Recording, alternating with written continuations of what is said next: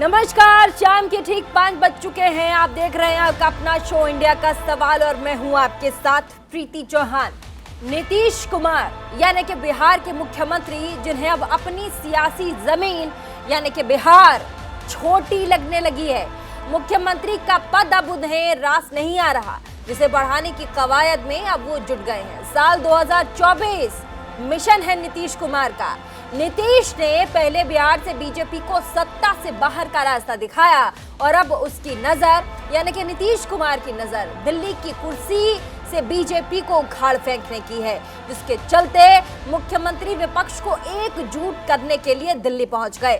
सियासी पंडितों का मानना है कि 2024 के लोकसभा चुनाव में नीतीश प्रधानमंत्री नरेंद्र मोदी को सीधी चुनौती दे सकते हैं, तो वहीं प्रधानमंत्री पद के लिए विपक्ष का मुख्य चेहरा भी हो सकते हैं। हालांकि अभी ये तय नहीं हुआ है, लेकिन नीतीश के दौरे और दावे यही दिखा रहे हैं। और सवाल यहाँ ये है कि क्या 2024 के चुनावों में नीतीश कुमार नरेंद्र मोदी को चुनौती दे पाएंगे? कभी अच्छे दोस्त रहे मोदी और नीतीश, साल 2024 में एक दूसरे के आमने सामने होंगे। और क्या नीतीश विपक्षी दलों का इतना भरोसा जीत पाएंगे कि वो प्रधानमंत्री फेस बना दिए जाए? अब इन सब पर अपने मेहमानों से हम बातचीत करेंगे, लेकिन उससे पहले आपको दिखाएंगे सुबह से ही क्या कुछ सरगर्मियां रही हैं आज दिल्ली में। कैसे मुख्यमंत्री नीतीश कुमार जब पटना से निकल रहे थे तो लालू यादव से उन्होंने मुलाकात की। निकलने से पहले तेजस्वी यादव से मुलाकात हुई, उसके बाद वो दिल्ली पहुंचे हैं। यहाँ अरविंद केजरीवाल से मुलाकात करेंगे, तमाम बड़े विपक्षी चेहरे होंगे, उनसे मुलाकात होगी। और आपको याद होगा अभी शुक्रवार को प्रधानमंत्री ने अपनी एक रैली में कहा भी था कि विपक्ष जो कि भ्रष्टाचारी है वो लामबंद होने की कोशिश कर रहा है। तो सबसे पहले आप रिपोर्ट देखिए, उसके बाद आपको पूरा प्रकरण समझ में आएगा। चर्चा करेंगे, तमाम मेहमानों से मिलाएंगे। उससे पहले छोटा सा रिपोर्ट।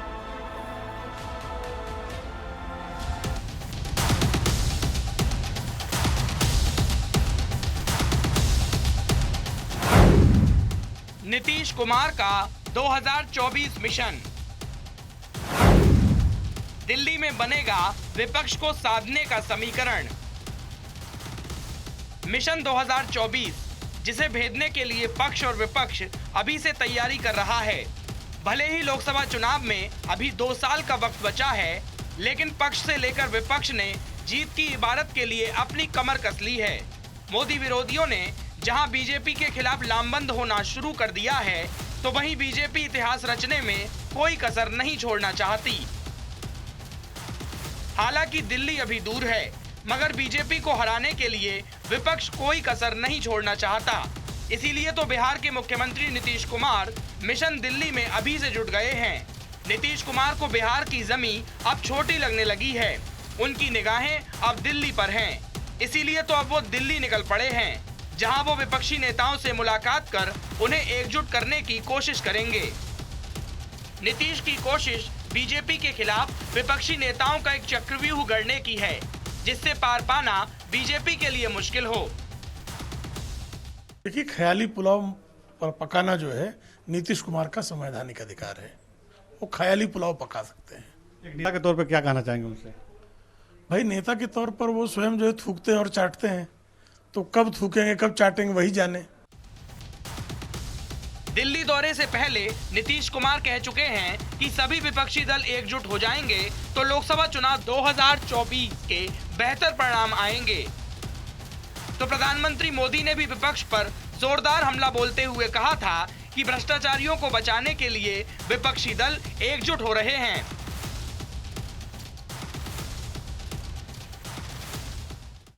जैसे जैसे भ्रष्टाचारियों पर एक्शन हो रहा है, तो देश की राजनीति में नया पोलराइजेशन भी शुरू हो गया है।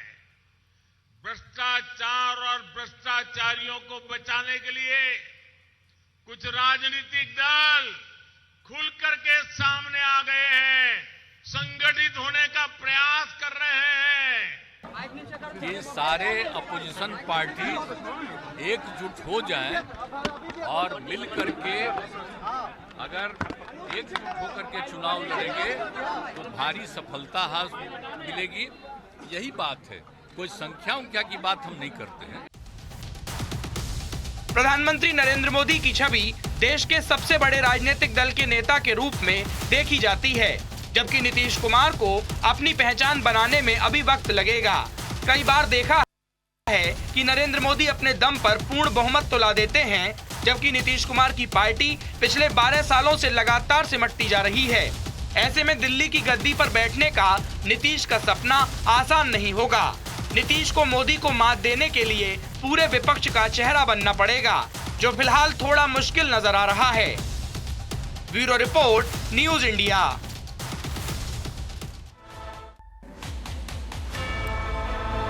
तो एक छोटा सा रिपोर्ट देखना आपने हमारी तरफ से। अब आगे बढ़ेंगे और मुलाकात करवाते हैं तमाम मेहमान हमारे साथ जुड़ चुके हैं। सबसे पहले यासुर जोलानी, प्रवक्ता बीजेपी के हमारे साथ जुड़ चुके हैं। तहसीन पूनावाला, राजनीतिक विश्लेषक हमारे साथ मुंबई से जुड़ चुके हैं। परिमल कुमार, प्रवक्ता जदयू के, थोड़ी देर में हमारे साथ जुड़ जाएंगे। शब्बीर अहमद विद्रोही हैं, नेता एनसीपी के, हमारे साथ मुंबई से जुड़ चुके हैं। संजय राणा, राजनीतिक विश्लेषक हैं, हमारे साथ स्टूडियो से जुड़े हुए हैं।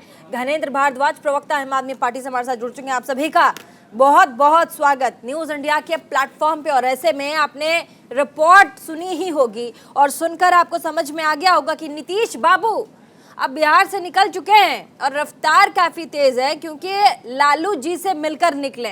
तो लालू जी से जो मिलकर निकलता है उसकी सोचिए रफ्तार कितनी तेज होगी। और ऐसे में कहा जा रहा है 3 दिन 7 मुलाकात काफी अहम है। जिलानी साहब, कमर कस ली बीजेपी ने।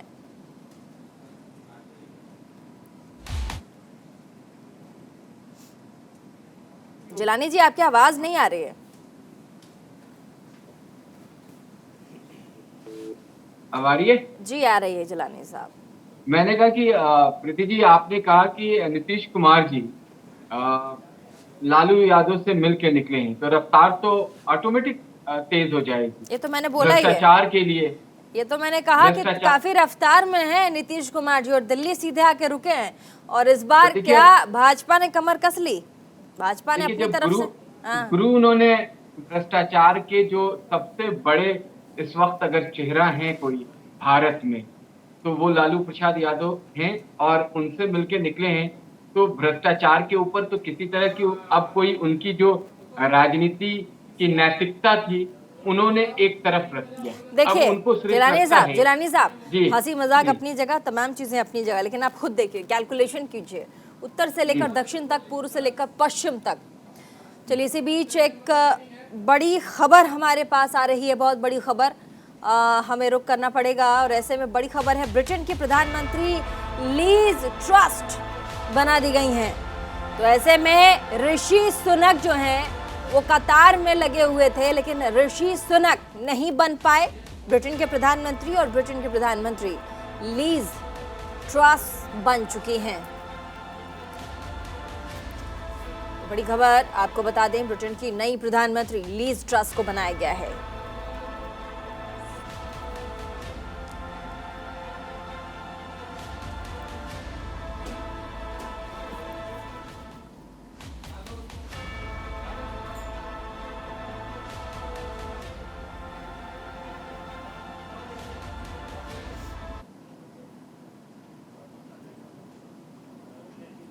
I think we have shown the depth and breadth of talent in our Conservative Party.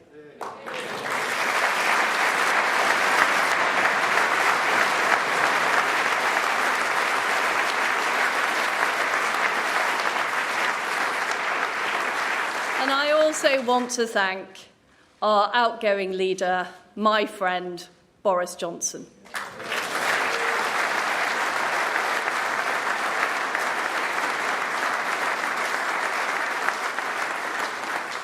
Boris, you got Brexit done. You crushed Jeremy Corbyn. You rolled out the vaccine and you stood up to Vladimir Putin. You were admired from Kiev to Carlisle.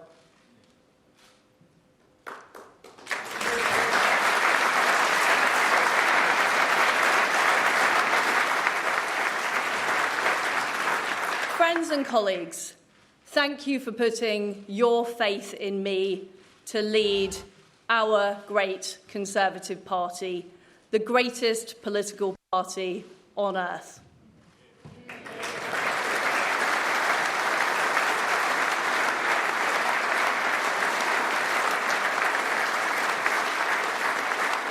I know that our beliefs resonate with the British people. Our beliefs in freedom, in the ability to control your own life, in low taxes, in personal responsibility. And I know that's why people voted for us in such numbers in 2019.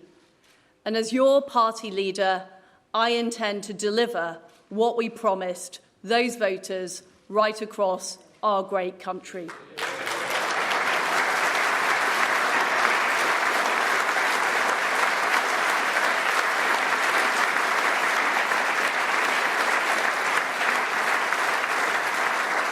During this leadership campaign, I campaigned as a Conservative and I will govern as a Conservative.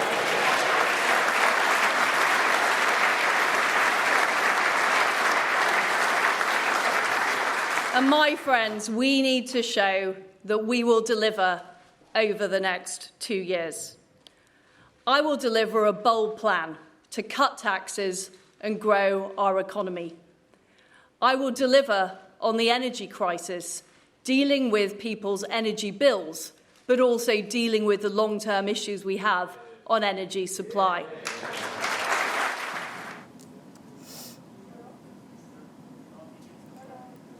तो राजनीतिक उथल पुथल अभी विश्व भर में है। आपने देखा ब्रिटेन के प्रधानमंत्री अभी लीज ट्रस बना दी गई। हालांकि ऋषि सुनक काफी आगे थे, भारतीय मूल के दिग्गज नेता और चेहरा, लेकिन लीज ट्रस ने बाजी मार ली। एक बार फिर से लौटेंगे अपने डिबेट की ओर। तमाम मेहमान हमारे से जुड़े हुए हैं और प्रवक्ता यासिर जिलानी, उनसे मैं सवाल ले रही थी, जल्दी से छोटा छोटा रिएक्शन रखूंगी।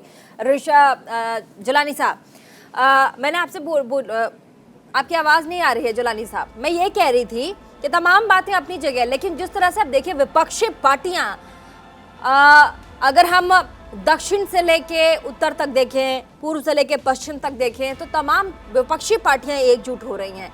ऐसे में प्रधानमंत्री मोदी के लिए 2024 का टारगेट और साथ ही विपक्षी पार्टियों के लिए साल 2024 का टारगेट, जोरदार भिड़ंत होने वाली है। जी देखिए, आपको एक तरफ देखना होगा, आप उत्तर दक्षिण पूर्व पश्चिम तमाम आपके पास रिसर्च और डाटा है, लेकिन इनकी नैतिकता वाली नेतृत्व तो किसके पास?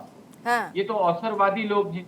अभी इन्हें लगता है कि पूर्व पश्चिम उत्तर दक्षिण सबको मिला लो और शायद जो सपना देख रहे हैं ये इनका सपना पूरा हो जाए। ऐसे होगा नहीं, क्योंकि कौन प्रधानमंत्री का कैंडिडेट, किसको डिक्लेयर करेंगे? क्या नीतीश कुमार को राहुल गांधी एक्सेप्ट कर लेंगे? क्या राहुल गांधी को नहीं, विपक्ष का चेहरा का मतलब सिर्फ राहुल गांधी नहीं है ना जिलानी साहब। विपक्ष का चेहरा तीसरा मोर्चा, ठीक है, कांग्रेस थोड़ा ना है। कांग्रेस विपक्ष का मतलब सिर्फ कांग्रेस अब रह नहीं गया जिलानी साहब। अगर हम प्रैक्टिकली बात करें, विपक्ष का चेहरा देखिए ना, आम आदमी पार्टी कितना मुखर है, उसके सामने तो कांग्रेस कहीं स्टैंड ही नहीं करता आज के डेट में। आपकी बात को मैं मान लेता हूँ। आप ही इन लोगों से पूछिए कि क्या अरविंद केजरीवाल को नीतीश कुमार एक्सेप्ट कर लेंगे? क्या तेलंगाना के मुख्यमंत्री को नीतीश कुमार एक्सेप्ट कर लेंगे? जो थोड़ी देर कुर्सी पे बैठ गए थे तो उठाने लगे थे, समय है। क्या स्टालिन को एक्सेप्ट करेंगे? क्या ममता बनर्जी को एक्सेप्ट कर लेंगे? ठीक है, रिएक्शन ले लेते हैं। जब इकट्ठे होंगे ही नहीं तो किस तरीके से ये सोच सकते हैं? ठीक है। परिमल कुमार जदयू से नेता हमारे साथ जुड़ चुके हैं। परिमल कुमार जी प्रवक्ता हैं जदयू के। परिमल जी, आपका बहुत बहुत स्वागत है न्यूज इंडिया के प्लेटफॉर्म में। और ऐसे में आपने बीजेपी के प्रवक्ता को भी सुना, यासिर जिलानी साहब को, और नीतीश कुमार जिस तरीके से फुल फ्लेजेड फॉर्म में दिख रहे हैं, पटना से निकले, लालू प्रसाद यादव से मुलाकात करके दिल्ली जाकर रुकते हैं और उसके बाद अब 3 दिन 7 बड़ी मुलाकात होनी है। और ऐसे में यासिर जिलानी साहब को भी आपने सुना, वो भी कह रहे थे कि क्या ठीक है, मेल मुलाकात तो ठीक की बात है, क्या प्रधानमंत्री के कैंडिडेट के तौर पर नीतीश कुमार का चेहरा यूज किया जाएगा? देखिए, महत्वपूर्ण बात यह है सबसे पहले राष्ट्र सम्मुख कि हमारी पार्टी ने या हमारे नेता ने कभी यह नहीं कहा कि हम प्रधानमंत्री के चेहरा हैं।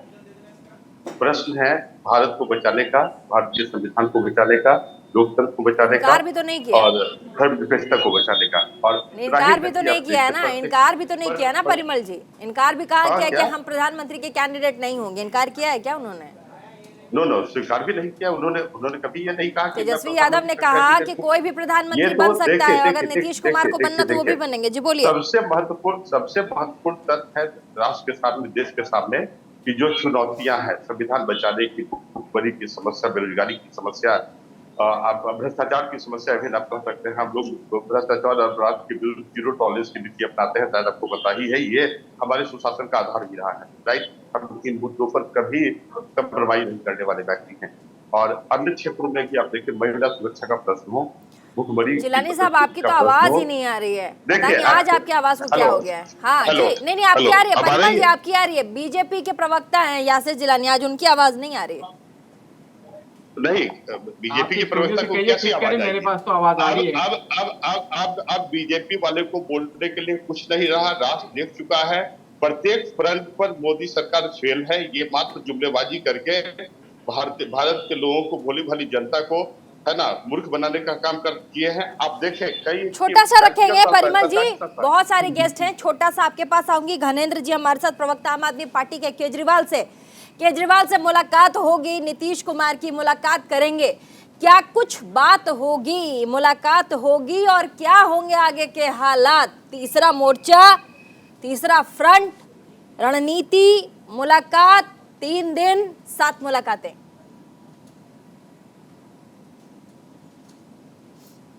घनेंद्र जी, आपको आवाज आई मेरी? हाँ, मेरे को आ रही है। ठीक है जी प्रीति जी, सवाल मेरे से था? जी आपसे है घनेंद्र जी। हाँ, देखिए प्रीति जी, निश्चित तौर पर आज देश के सामने बहुत बड़े मुद्दे हैं। महंगाई आज चरम पे है। आज महंगाई की हालत ये है कि जो सरकार वायदा करके आई थी कि हम आएंगे और महंगाई कम करेंगे, उस सरकार में महंगाई दर आजादी के बाद से सबसे ज्यादा है। उस सरकार ने, जिस सरकार ने वायदा करा था कि हर साल 2 करोड़ नौजवानों को रोजगार देंगे, आज बेरोजगार अपने चरम पे 1947 आजादी के बाद। नहीं, इतिहास में मत जाइए, मैं सीधा सवाल पूछ रही हूँ। सीधा सा मेरा सवाल है कि नीतीश कुमार आए हैं, केजरीवाल से उनकी मुलाकात होगी, ये दुनिया, देश, इतिहास, कोई कौन सा एक आम आदमी आपके राज्य का वो यही सुनना चाह रहा है कि ये सरकार हमें क्या देगी। मुलाकात होगी, ऐसे में क्या स्ट्रैटेजी होगी घनेंद्र जी? मुलाकात जब होगी, कौन सी स्ट्रैटेजी होगी? तीसरा जो मोर्चा है वो आगे क्या करेगा? 2024 है, ये तमाम लोग मिलकर जब घेरेंगे प्रधानमंत्री को, तैयारियां कैसी होगी? क्या कुछ आपके पास है अपडेट? ये पूछ रही हूँ। देखिए प्रीति जी, राजनीति में राजनीतिक शिष्टाचार के तहत हर पॉलिटिकल पार्टी के लीडर दूसरी पॉलिटिकल पार्टी से मिलते रहते हैं। हाँ। देश की राजनीतिक परिस्थितियों पर निश्चित तौर पर चर्चा होगी। देखिए, फैसला देश के 130 करोड़ लोगों ने लेना है। हाँ। 130 करोड़ लोग आज देश के दुखी हैं, महंगाई से, बेरोजगारी से, महिलाओं के बढ़ते अपराधों से। जिस तरीके का कुशासन पिछले 8 साल में मोदी सरकार ने दिया है, आज देश का हर तबका दुखी है, किसान दुखी है, नौजवान दुखी है, महिलाएं दुखी है। आज देश के लोग चाहते हैं कि नरेंद्र मोदी की सरकार, स्टिंग ऑपरेशन करने वालों का स्टिंग हो गया है। ये शराब में इतने बुरी तरीके से फंस चुके हैं कि अब इन्हें कोई बचा नहीं सकता। शबीर अहमद हमारे साथ है। शबीर अहमद, आती हूँ। घनेंद्र जी, शबीर जी से और संजय राणा जी हमारे साथ भी हैं। दोनों से पहले सवाल ले लूं, उसके बाद आपके पास आऊंगी। शबीर अहमद, आप मुंबई से हमारे साथ जुड़े हैं। शबीर साहब, कैसे हैं आप? और साथ ही शुरुआत आज एक शायरी के साथ। पहले आपके दर्शकों को और अपने साथ जुड़े हुए साथियों का अभिनंदन कर लूं, और मैं एक बात आपसे साफ कह दूंगा कि मुझे पता है किसी और से न हारेगा, उसका गुरूर उसे एक रोज मारेगा। और जिस जनता ने रख दिया सर पे भारत का ताज, वही जनता बढ़ के उसके सर से भी उतारेगा। तो ख्याल कीजिए, उसका गुरूर उसे मारेगा। हमारे जिलानी साहब बोल रहे थे कि प्रधानमंत्री का कैंडिडेट कौन? पूछिए, 1977 के चुनाव में कैंडिडेट लेकर चुनाव हुआ था क्या? जनता पार्टी का जब चुनाव हुआ तो उस वक्त प्रधानमंत्री का कैंडिडेट लेकर के कोई चला था क्या? देखिए, आज की स्थिति में जो हमारे जनता दल यूनाइटेड के भाई ने कहा, देश खतरे में है, देश का संविधान खतरे में है, देश के अंदर इंसान खतरे में है, देश का किसान खतरे में है, देश का नौजवान खतरे में है। इसका मतलब पूरा भारत देश, लोकतंत्र जिस देश का खतरे में हो, उस देश को बचाने के लिए हमें अपने छोटे मोटे अलेस कलेस द्वेष सबको त्याग करके, याद कीजिएगा प्रीति मैडम, 1977 में नारा एक दिया गया था, बड़े शैतान को मारने के लिए छोटे शैतान से दोस्ती कर लो। उस वक्त बड़ा शैतान कांग्रेस थी और छोटा शैतान जो था आज भाजपा है, उस वक्त वो दूसरी थी। अच्छा, तो आज शबीर साहब, तो आज बड़ा शैतान कौन है, मंझला शैतान कौन है, छोटा शैतान कौन है? एक सेकंड जिलानी साहब एक सेकंड, बड़ा शैतान कौन है, मंझला शैतान कौन है, छोटा शैतान कौन है? अरे आप ये जो अल्फाज है इसमें इनको माफी मांगनी पड़ेगी। शबीर भाई बहकिए मत। संविधान के बात से सवाल करने वाले लोग इस तरह की घटिया बात करेंगे, ये इनकी सोच है। अगर ये माफी नहीं मांगेंगे मैं कंटिन्यू नहीं करूंगा। ये बिल्कुल आपत्तिजनक बात इन्होंने कही है। ये जो इनकी सोच है, आप लोग मर्यादा में बात करें। शबीर साहब, जिलानी साहब, तमाम जितने भी गेस्ट हैं मर्यादा में बात करें। नहीं, मर्यादा में। तहसीन पूनावाला, नीतीश कुमार आज आए हैं दिल्ली और ऐसे में तमाम विपक्षी पार्टियों के साथ उनकी मुलाकात है। केजरीवाल से लेकर के तमाम जितने भी बड़े विपक्ष के नेता हैं उन सबको लामबंद करेंगे, एकजुट करेंगे। कांग्रेस तो साइड दिख रही है 2024 के लिए। दीदी जी, आपके शो में मुझे शिरकत करने का मौका मिला, इससे हमेशा उठे जब 2024 आती है, खास करके जो भाजपा के समर्थक है, भाजपा के तरफ जो रुझान रखते पॉलिटिकल एनालिस्ट है या जो भाजपा के प्रवक्ता है, तो उन सवालों का मैं आपको स्पष्ट सबसे पहले नहीं कांग्रेस का पहले मैंने जो पूछा है वो बताइए आप। मैं कांग्रेस के विपक्षी पार्टियां लामबंद हो रही हैं, ऐसे में कांग्रेस की जो रणनीति है वो क्या? तमाम नेता, बड़े बड़े नेता छोड़ के जा रहे हैं पार्टी।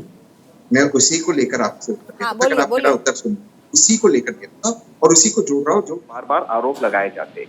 तो आप मेरी बात को प्लीज सुन लीजिए। सबसे पहले इस मुल्क के संविधान में, इस मुल्क के आइन में कहीं पर ये नहीं लिखा हुआ है कि प्रेसिडेंशियल फॉर्म ऑफ चुनाव होगा, प्रेसिडेंशियल फॉर्म ऑफ डेमोक्रेसी होगी। इसके बारे में अगर हम कॉन्स्टिट्यूट असेंबली के डिबेट पढ़े, क्योंकि मैं भारत के संविधान और तिरंगे में PhD करने वाला हूं, मैं आपको ये चीज अथॉरिटी के साथ बता रहा हूं। अब बाबा साहेब आम्बेडकर के स्पीच सुन ले, क्यों भारत में प्रेसिडेंशियल फॉर्म ऑफ डेमोक्रेसी नहीं, पार्लियामेंट्री फॉर्म ऑफ डेमोक्रेसी है। तो आज भी मैं आपके शो पे कहता हूं, और यहाँ पे जितने भी आपके पैनलिस्ट है, माननीय पैनलिस्ट, जिस किसी ने भी वोट दिया हो, चाहे वो मोदी जी का समर्थक हो, चाहे किसी का समर्थक हो, उन्होंने वोट भाजपा को दिया है, मोदी जी को नहीं दिया है। तो सबसे पहले पार्लियामेंट्री फॉर्म ऑफ डेमोक्रेसी। दूसरी बात, चाहे नीतीश साहब हो, चाहे अरविंद केजरीवाल साहब हो, चाहे राहुल गांधी जी हो, चाहे लालू प्रसाद जी वो नहीं लड़ सकती, तेजस्वी यादव हो, चाहे स्टालिन साहब हो, चाहे मोदी जी हो, इस देश की जमहूरियत लोकतंत्र सभी को अधिकार देता है कि वो प्रधानमंत्री बनने का सपना देखे, इसमें कोई बुरी बात नहीं है।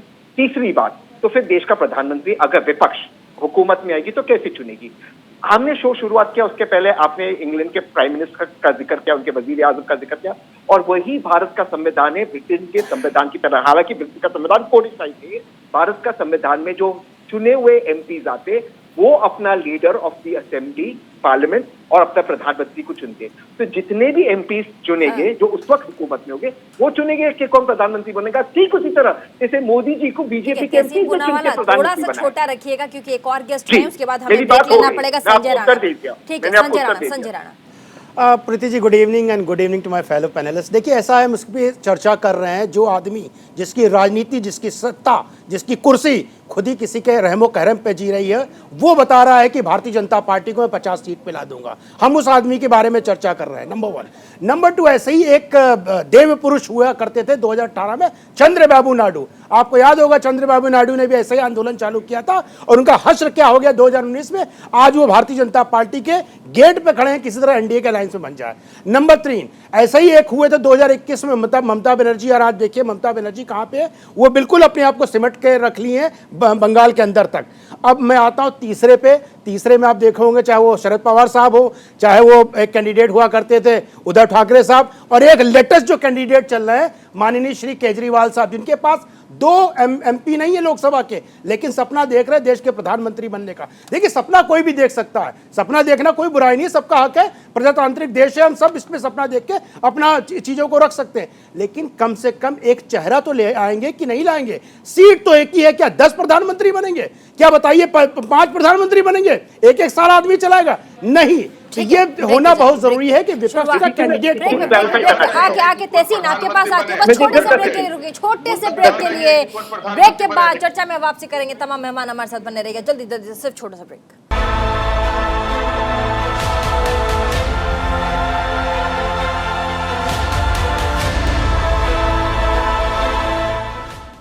तो ब्रेक के बाद एक बार फिर से स्वागत है आपका इंडिया के सवाल में। एक बार फिर से जल्दी से बैक टू डिबेट, और तमाम मेहमान हमारे साथ जुड़े हुए हैं। तहसीन पूनावाला अपनी बात रखिए, उसके बाद फौरन हम यासिर जिलानी के पास जाएंगे।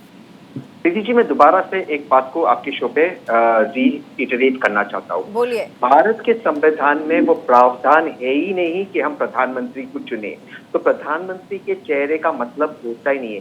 भारत का संविधान बहुत स्पष्ट शब्दों में कहता है कि जो मेंबर्स ऑफ पार्लियामेंट तो आज राहुल गांधी से नीतीश कुमार की मुलाकात होने वाली है, आज ही होगी राहुल गांधी से मुलाकात।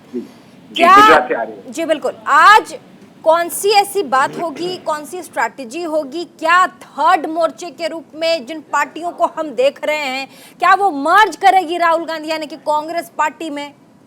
क्या ऐसा हो सकता है कि हम सब मिलकर लड़ें प्रधानमंत्री के खिलाफ? क्योंकि आपकी जो लड़ाई है विपक्ष की, आपकी नहीं, माफ कीजिएगा, विपक्ष की जो लड़ाई है, विपक्ष की जो लड़ाई है, मैं कह रही हूँ विपक्ष की जो लड़ाई है वो प्रधानमंत्री नरेंद्र मोदी से है। नहीं, तो ऐसे में हाँ बताइए इस गलत फहमी को प्लीज प्रीति जी आप निकाल दीजिए। हमारी विपक्ष की और मेरी खुद की कोई निजी लड़ाई नरेंद्र मोदी जी की नहीं, हमारी लड़ाई भारत के लिए है। हमारी लड़ाई मोदी के विरुद्ध नहीं, भारत के पक्ष में है। हमारी लड़ाई मोदी को निकालना नहीं, भारत को आगे बढ़ाने की है। हमारी लड़ाई ये कोई मोदी जी कोई मोदी जी इस बड़े से ब्रह्मांड में मोदी जी बहुत छोटे व्यक्ति, राहुल गांधी छोटे व्यक्ति, नीतीश कुमार बहुत छोटे व्यक्ति। जो सबसे जरूरी है भारत और भारत का संविधान। 2021 में ममता बनर्जी ने लामबंद करने की कोशिश की थी, विपक्ष को कुछ नहीं हुआ। 2021 में ममता बनर्जी ने लामबंद करने की कोशिश की थी, शरद पवार भी थे, लेकिन कुछ नहीं हुआ। उसके बाद अब नीतीश कुमार ने खुद कहा, ठीक है यासिर जिलानी, उसके बाद फिर घनेंद्र जी। यासिर जिलानी, देखिए मेरे जो दोस्त थे तहसीन पूनावाला जी, भाई भी, वो कंफ्यूज है। उनका कहना है कि उनकी निजी लड़ाई, कौन कह रहा है आप? यासिर जिलानी की थोड़ी सी आवाज बढ़ाइए प्लीज। हाँ, क्या कह रहे हैं? मैं बार बार कह रहा हूँ वहाँ पे कि आवाज बढ़ाइए, लेकिन आप स्टूडियो से नहीं बढ़ रहे तो कैसे करें? बोलिए यासिर जिलानी साहब। देखिए मैं वो कंफ्यूजन ये है कि वो निजी लड़ाई बता रहे हैं प्रधानमंत्री मोदी जी के साथ, संविधान की दुहाई दे रहे हैं, संविधान बचाने की बात कह रहे हैं। भारत में पता नहीं कैसा भूलचाल आ गया है, वो समझ में नहीं आ रहा है कि दो पैनलिस्ट भारत में रहते हैं, अपनी सारी जो व्यवस्था है भारत में रहने की उसको एंजॉय करते हैं, और कहीं भी नहीं कहीं कोई किसी तरह की प्रॉब्लम नहीं आती है, लेकिन आज सवाल उठा रहे हैं। सब जानते हैं कि कोई जो प्रधानमंत्री के पद पे पहुंच जाता है उससे निजी लड़ाई नहीं होती। निजी लड़ाई जिस दल का, जिस संगठन की सरकार बनती है केंद्र में, और उसका जो चेहरा प्रधानमंत्री का होता है वो लीडर होता है। और पूरे दुनिया में हिंदुस्तान के लीडर तो है ही मोदी जी, पूरे दुनिया में जिन्होंने अपना एक अलग एक पहचान बनाई है, उनकी वजह से देश की एक अलग पहचान बनी है। उनकी जो रणनीति है, उनकी जो कूटनीति है, उसकी वजह से दुनिया के बड़े देशों ने भारत की तरफ देखना शुरू किया है। ये मैं नहीं कह रहा हूँ, भारत में रहने वाले और भारत के बाहर जो दुनिया में भारत के लोग रहते हैं वो कह रहे हैं, बड़े बड़े इकोनॉमिस्ट कह रहे हैं, बड़े बड़े जो सामाजिक स्तर पे काम करने वाले लोग हैं वो इस बात को एक्सेप्ट कर रहे हैं कि प्रधानमंत्री नरेंद्र मोदी जी का जो इस वक्त का भारत के लिए लीडरशिप वाला चेहरा है वो बहुत बड़ा है। और आपके पास जो चेहरे आ रहे हैं उसमें भी तहसीन भाई ये कह रहे हैं नहीं, लेकिन सवालिया निशान है तहसीन जी, प्रधानमंत्री का चेहरा बड़ा है, यकीनन प्रधानमंत्री का चेहरा बड़ा है, लेकिन क्योंकि तमाम विपक्षी पार्टियां एकजुट होकर का अगर सामना करेंगी तो ये तो भाजपा के लिए भी सोचने वाली बात है ना। आप ये नहीं कह सकते कि प्रधानमंत्री का चेहरा बहुत बड़ा तो हम आराम से बढ़ जाएंगे, ऐसा नहीं है। प्रीति जी, देखिए भारतीय जनता पार्टी के जो संगठन के कार्य करने का जो नीति है, जो कार्यक्रम होते हैं, वो एक चुनाव के ऊपर बिल्कुल उसके ऊपर केंद्रित नहीं होते।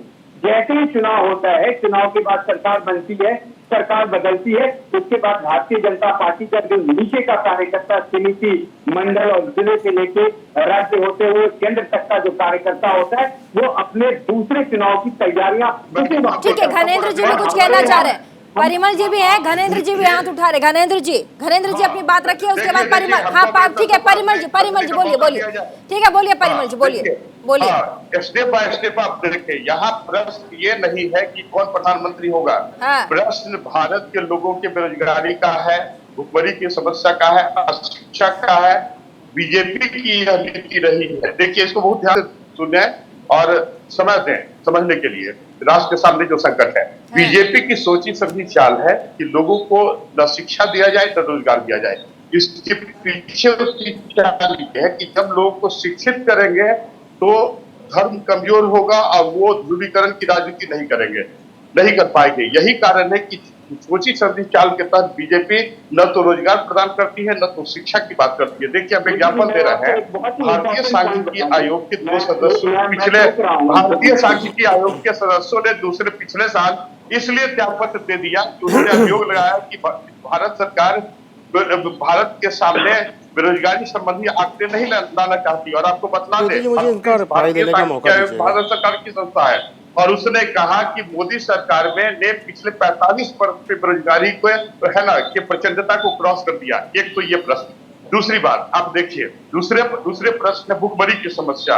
ग्लोबल हंगर इंडेक्स में जिसमें 116 राष्ट्रों की सूची है, उसमें भारत का स्थान 101वां है और भारत विश्व के 31 ऐसे राष्ट्रों में शामिल है जहां भुखमरी चरम पर है। हमारी स्थिति पड़ोसी राष्ट्र जो बांग्लादेश है, पाकिस्तान है और नेपाल है, उससे भी बदतर है। तीसरी बात, अभी जो महिलाओं पर होने वाले अत्याचार की रिपोर्ट आए हैं, आपको बता दें, राष्ट्रीय औसत 64.5% है, बिहार का औसत 30.2% है। और आपको बता दें कि मोदी सरकार के जिस तरह महिलाओं के सम्मान को कुचलने का, सुनिए मेरी बात, ठीक है, हमको तो बोलने दीजिए ना परिमल जी, कोई गेस्ट नहीं बोलेगा, हम तो बोल रहे हैं। तथ्यों को जानिए। एक्चुअली मोदी सरकार बीजेपी इनका मैं जवाब देना चाहता हूँ। 2005 से लेकर 2022 तक का जो सुशासन बाबू ने कुशासन किया है, उसके आंकड़ा देना चाहता हूँ। जरा मौका दीजिएगा मुझे। होना चाहिए कि मेड इन इंडिया का जो प्रोजेक्ट था, गवर्नमेंट का ड्रीम प्रोजेक्ट था, करोड़ रुपया उसके एडवर्टाइजमेंट पर खर्च किए गए। उस समय गवर्नमेंट का ऑब्जेक्टिव था कि 25% मैन्युफैक्चरिंग सेक्टर में ग्रोथ लाया जाए। 0% ग्रोथ हो पाया। फिर ये धोखा देने के लिए लोगों को जवाब सुनिएगा, संजय राणा जवाब देंगे। ठीक है, संजय राणा जवाब देंगे। बहुत अच्छा रिपोर्ट कार्ड, बहुत अच्छा रिपोर्ट कार्ड हमारे मित्र रख रहे थे। परिमल कुमार जी थोड़ा डेटा आपको दे देता हूँ।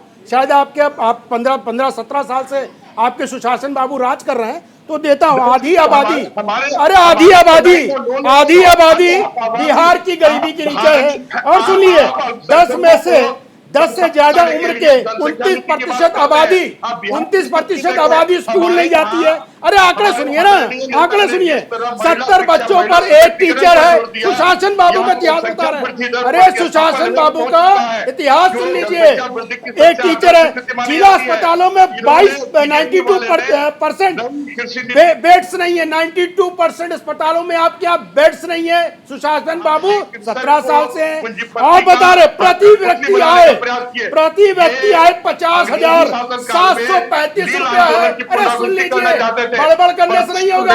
सुन लीजिए परिमल जी, आपके पास डेटा नहीं है। प्रति व्यक्ति आय जो है 50,735 है और देश की प्रति व्यक्ति आय 1,50,000 रुपया। किस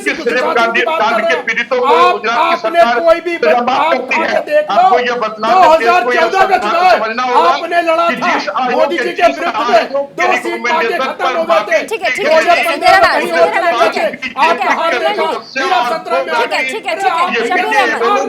शबीर अहमद, ठीक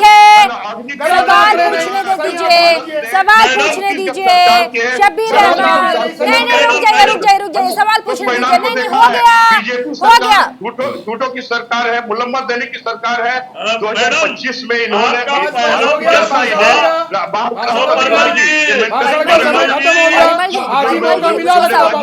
अरे भाई बोलने तो दो। सवाल भाई साहब वो बंद नहीं होंगे, परिमल जी ठीक है, परिमल जी सुनिए मेरी बात, परिमल जी अच्छा ठीक है, परिमल जी मेरी बात तो सुनिए। अरे परिमल जी वो बंद नहीं होंगे, एक सेकंड अरे परिमल जी मेरी बात तो सुनिए। अरे मैं उनसे मेरी बात सुनिए। शबीर अहमद मैं आपसे ये पूछ रही हूँ, शबीर अहमद मैं आपसे ये पूछ रही हूँ कि नीतीश कुमार आगे आ रहे हैं। 2021 आपको याद होगा, ममता बनर्जी लामबंद करने की कोशिश कर रही थी लगातार शरद पवार से उनकी मुलाकातों के जो खबरें हैं वो हम पढ़ रहे थे। लेकिन ऐसे में सवाल यहाँ ये उठता है कि नीतीश कुमार आगे तो आ रहे हैं, क्या वो तमाम विपक्षी पार्टियों को लामबंद कर पाएंगे? क्या वो जोड़ पाएंगे? वो जो सोच रहे हैं क्या वो हो पाएगा?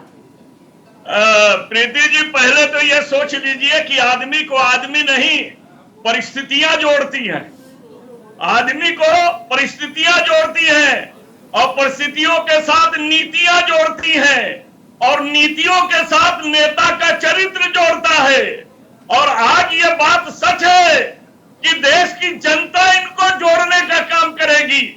चाहे तो आपने सच कहा, ममता जी चली चुप हो गई, फिर हमारे ये चले क्या नाम है कि तेलंगाना के मुख्यमंत्री चले, नीतीश जी चले, पवार साहब चले, सभी चल रहे हैं और एक चौराहे पर मिल रहे हैं और परिस्थितियां मानव को एक कराने जा रही है।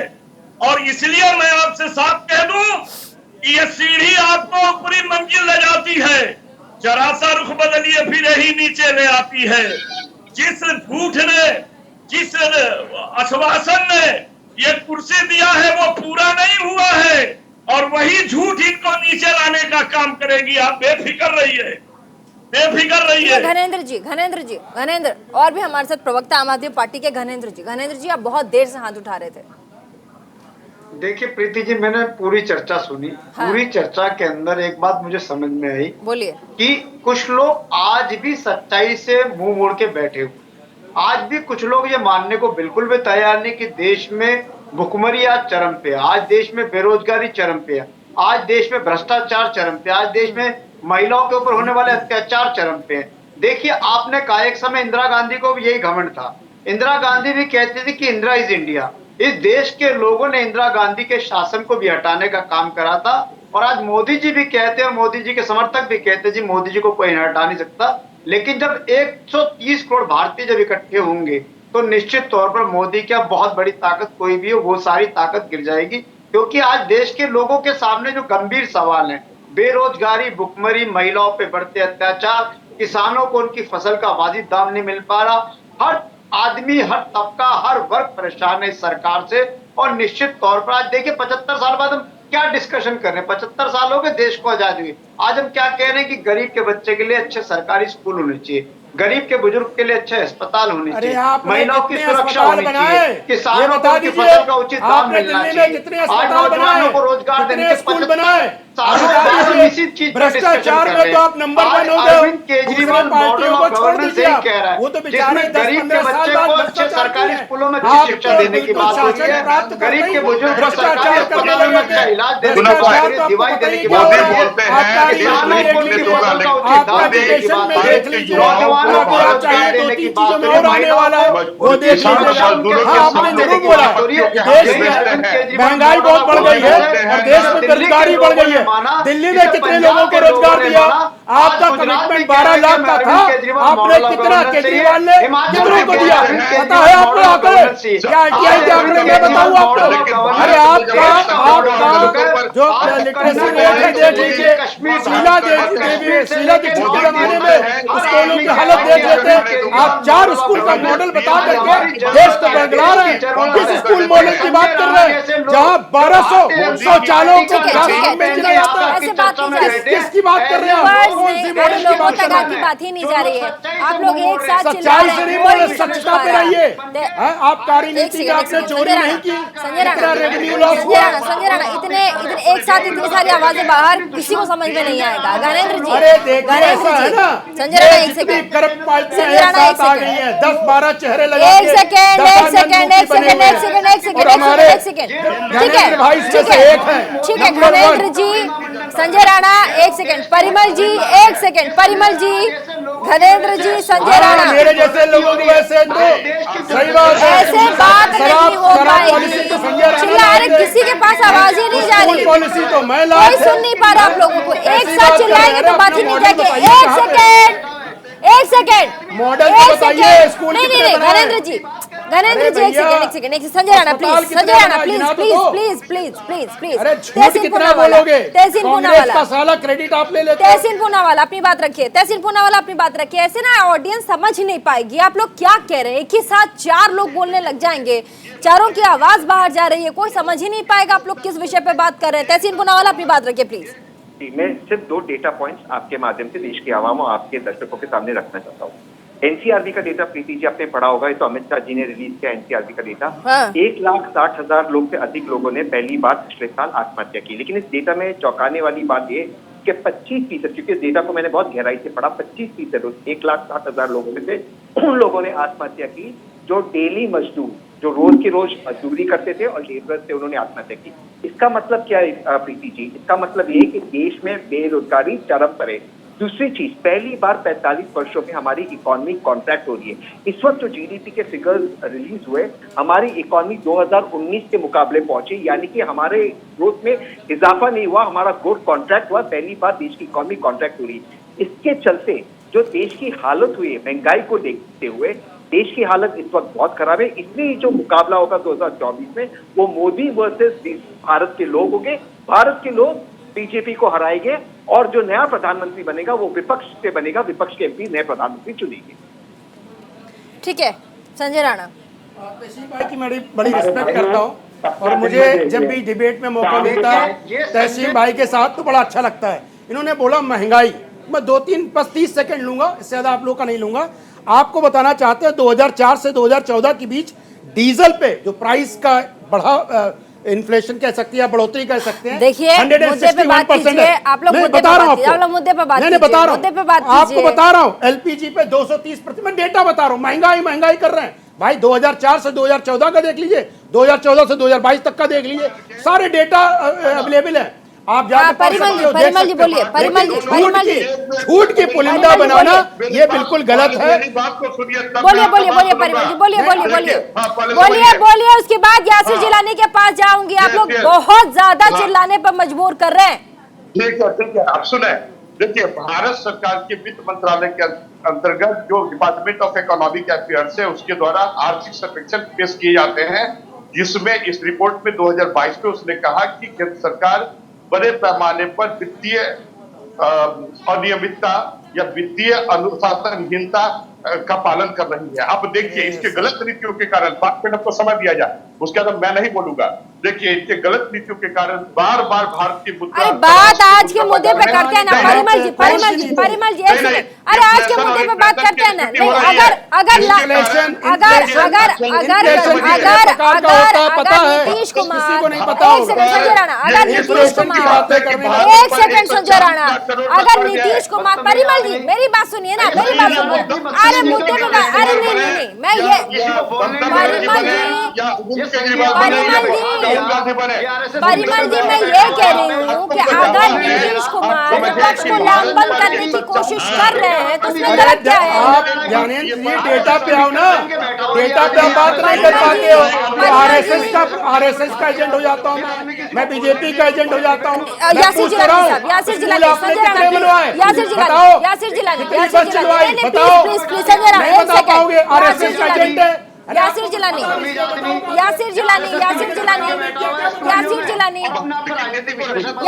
बोलिए। भाई ये दो कर रहे हैं, अनर्गल बातें कर रहे हैं, इन्हें कोई जानकारी नहीं।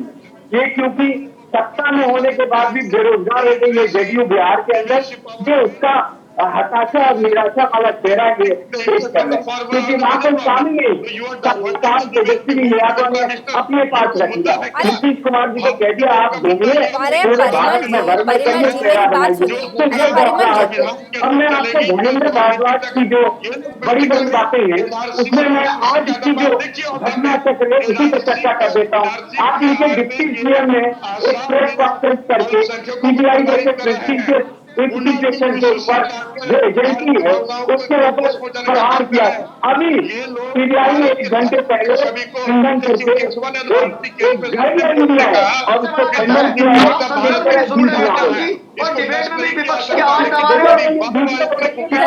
धनेंद्र जी ठीक है, धनेंद्र जी ठीक है हाँ जिलानी साहब, अरे परिमल जी रुक जाइए 1 सेकेंड, सांस ले लीजिए। परिमल जी 1 सेकेंड, परिमल जी 1 सेकेंड, अरे मेरी बात तो सुनिए सर, कैसे डिबेट करेंगे आप? मेरी बात तो सुनिए, 1 सेकेंड रुक जाइए।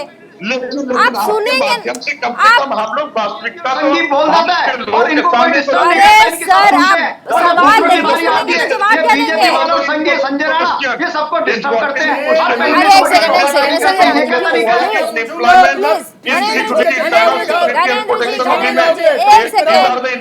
सेकेंड धनेंद्र जी 1 सेकेंड, परिमल जी ये बीजेपी और संजय राणा जो संगी है धनेंद्र जी बोलिए। संजय राणा प्लीज। अच्छा अनुराग है, एक स्कूल बताओ टीचर कितने हैं? नहीं पता है, उलझुल नहीं, डेटा के साथ दे रहा हूँ। 1 सेकेंड रिपोर्ट भी दिखा दूंगा, भाग जाओगे। एक सेकेंड ठीक है। धनेंद्र भारद्वाज मेरा एक सिंपल सा सवाल है, परिमल जी आप सवाल नहीं सुनेंगे तो जवाब कैसे देंगे? सबसे बड़ा धोखा, ये युवाओं के साथ सबसे बड़ा धोखा। अरे सर सवाल तो सुन लीजिए परिमल जी, तभी जवाब दीजिएगा ना। प्रीति जी एक हम आपको सिर्फ बीजेपी वालों को बोलने का अधिकार नहीं रह गया, मेंटली प्रिपेयर्ड रहे, क्योंकि भारत की संवैधानिक व्यवस्था इस तरह है कि 24 के पहले उनको नहीं। अरे सभी लोग जवाब दे रहे हैं और एक साथ दे रहे हैं, इसलिए जनता को समझ में नहीं आ रहा है। नहीं आप लोग, अरे आप सवाल तो सुनिए भाई। और हो सकता है कि भारत बीजेपी मुक्त हो जाए। अरे भारत की जनता जान चुकी है कि जुमलेबाजी से सरकार नहीं चलती है, झूठ बोलने से सरकार नहीं चलती है। आप समझे इस बात को। भारत धनेंद्र भारद्वाज नहीं, हम धनेंद्र भारद्वाज के पास जाएंगे। म्यूट कीजिए धनेंद्र जी छोटा सा सवाल, छोटा सा जवाब दीजिएगा, छोटा सा रखिएगा धनेंद्र जी, छोटा सा रखिएगा छोटा सा। हाँ बिल्कुल बोलिए धनेंद्र जी बोलिए। कुछ लोग एजेंडा लेके आते हैं कि आपकी डिबेट को हाईजैक किया जाए। संजय राणा जैसे वो लोग हैं जो आपकी डिबेट को हाईजैक करना चाहते हैं। मेरी आपसे प्रार्थना है कि अगर डिबेट को स्मूथ चलाना है तो संजय राणा जैसे लोगों को मत बुलाया करो, ये पूरी डिबेट को खराब कर देते हैं, ये डिबेट को हाईजैक करने की कोशिश करते हैं। और मैं बता रहा हूँ ये संघीय आदमी है, मैं संघीय आदमी मैं बता रहा हूँ दावे से, इसकी पेंट के नीचे खाकी निक्कर है संघी, इसकी पेंट के नीचे खाकी निक्कर पढ़ाई जाती पता है? साइंस कितने पढ़ाया जाता नहीं पता है? चलो बहुत शुक्रिया तमाम मेहमान हमारे साथ जुड़े और अपनी अपनी बातों को रखा। लेकिन ऐसे में नीतीश कुमार का ये जो दौरा है बहुत महत्वपूर्ण है। 3 दिन दिल्ली के दौरे पर नीतीश कुमार रहेंगे और ऐसे में 7 बड़े जो विपक्षी दल हैं उनके साथ नीतीश कुमार मुलाकात करने वाले हैं। और इस मुलाकात में कौन सी ऐसी चीज है जो निकल कर आएगी, क्योंकि आपको याद होगा साल 2021 में कैसे ममता बनर्जी ने विपक्षी गुटों को लामबंद करने की कोशिश की थी लेकिन कुछ हो नहीं पाया था। लेकिन अब एक बार फिर से जो तीसरा मोर्चा है उसके चेहरे के तौर पर नीतीश कुमार को देखा जा रहा है। 2024 के लिए भी प्रधानमंत्री के कैंडिडेट के तौर पर नीतीश कुमार को देखा जा रहा है। और ऐसे में ये 3 दिन का जो दिल्ली का दौरा है और 7 बड़े विपक्षी दलों के साथ जो मीटिंग होगी नीतीश कुमार की, उस पर पूरे देश की निगाह है कि क्या नीतीश कुमार विपक्षी पार्टियों को एकजुट कर पाएंगे प्रधानमंत्री नरेंद्र मोदी के खिलाफ। बहुत बड़ा सवाल है, नजर बनाए रखिएगा। और साथ ही पल पल की अपडेट जो भी हमारे पास आएगी वो फौरन हम आप तक पहुंचाएंगे ब्रेक के बाद। उसके बाद भी तमाम खबरें न्यूज़ इंडिया पर देखते रहिए।